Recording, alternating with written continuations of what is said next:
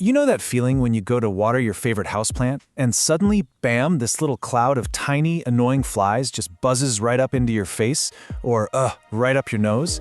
Yeah, it's incredibly frustrating, right?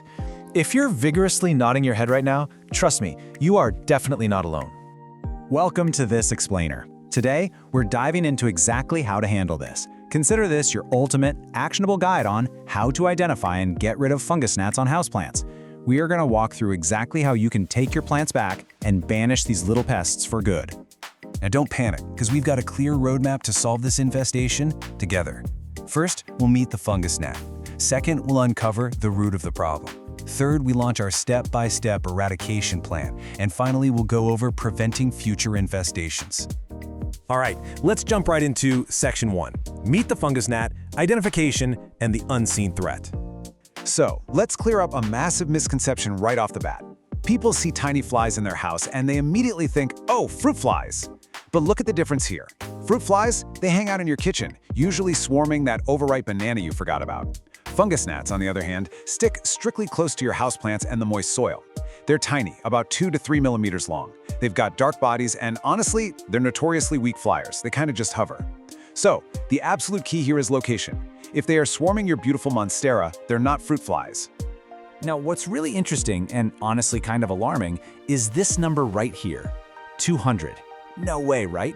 But yes, a single adult female fungus gnat can lay up to 200 eggs at one time. And where does she put them?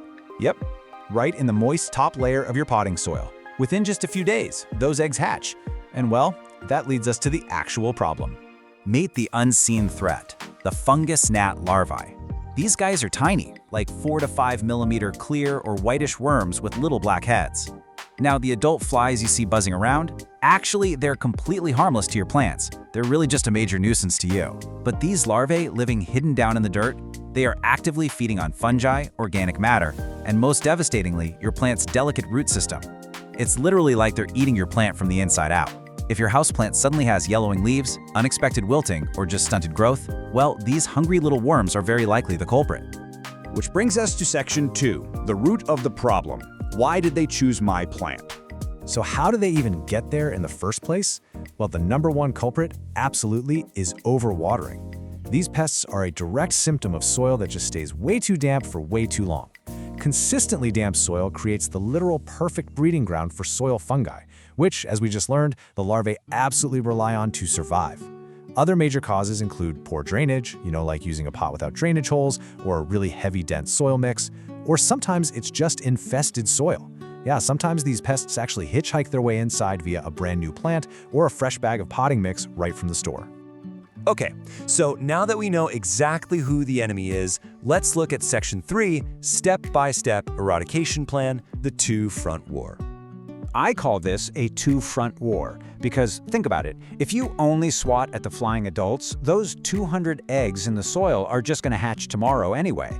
You absolutely have to battle the adults in the air and the larvae in the soil at the exact same time. So, here is our highly effective 4-step action plan. Step 1, let the soil dry out. Step 2, set sticky traps. Step 3, kill the larvae in the soil. And Step 4, start bottom watering.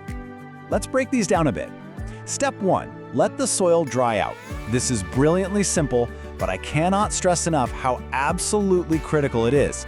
Fungus gnat larvae simply cannot survive in dry soil, period. By letting the top 1 to 2 inches of your potting mix dry out completely between waterings, you are actively starving the larvae of the moisture they desperately need to live. It is your single most powerful weapon, and the best part? It costs exactly $0.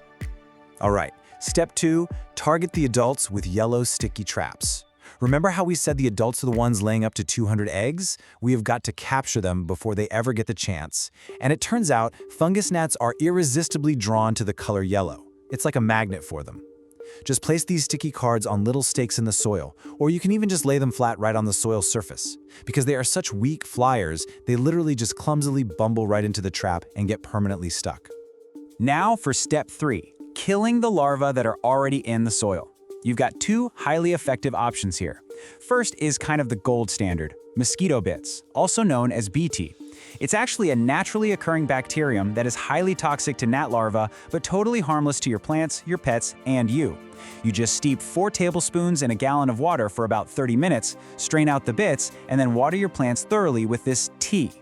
Your second option is a hydrogen peroxide drench. For this one, you just mix 1 part 3% hydrogen peroxide with 4 parts water and pour it right onto the dry soil. You'll actually hear it fizzing. That's it killing the larva on contact while also aerating your soil. Just use this for 1 to 2 waterings. Honestly, both are fantastic methods. Finally, step 4 brings us to bottom watering. This is a really excellent technique where you place your plant pot in a saucer of water and basically just let the roots absorb the moisture from the bottom up. Now, why is this so crucial for defeating gnats? Because it leaves that entire top layer of soil completely dry. By mastering this step, you protect the topsoil barrier, effectively cutting off the gnats' access to their favorite breeding grounds. It's a real game changer. Okay, moving on to section 4. Preventing future infestations, proactive plant care. Let's build a long-term defense so you never have to deal with this again. Here are your rapid-fire proactive habits. First up, master your watering routine. Always physically check, like actually test it, to make sure that topsoil is dry before you reach for the watering can.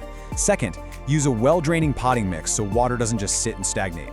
Third, and this is a brilliant hack, add a top dressing. Just putting a half-inch layer of horticultural sand or some decorative pebbles on top creates a physical barrier that makes it nearly impossible for gnats to even reach the soil. And finally, always inspect your new plants and soil bags for hitchhikers before you bring them indoors. As we wrap up this explainer, I really want to give you one final piece of reassurance.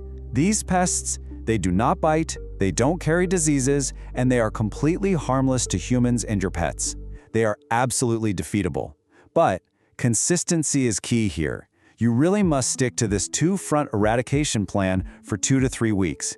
That is exactly how long it takes to completely break their life cycle, ensuring every last egg, larva, and adult is totally wiped out. Just stick with it. Which leaves us with one final thought.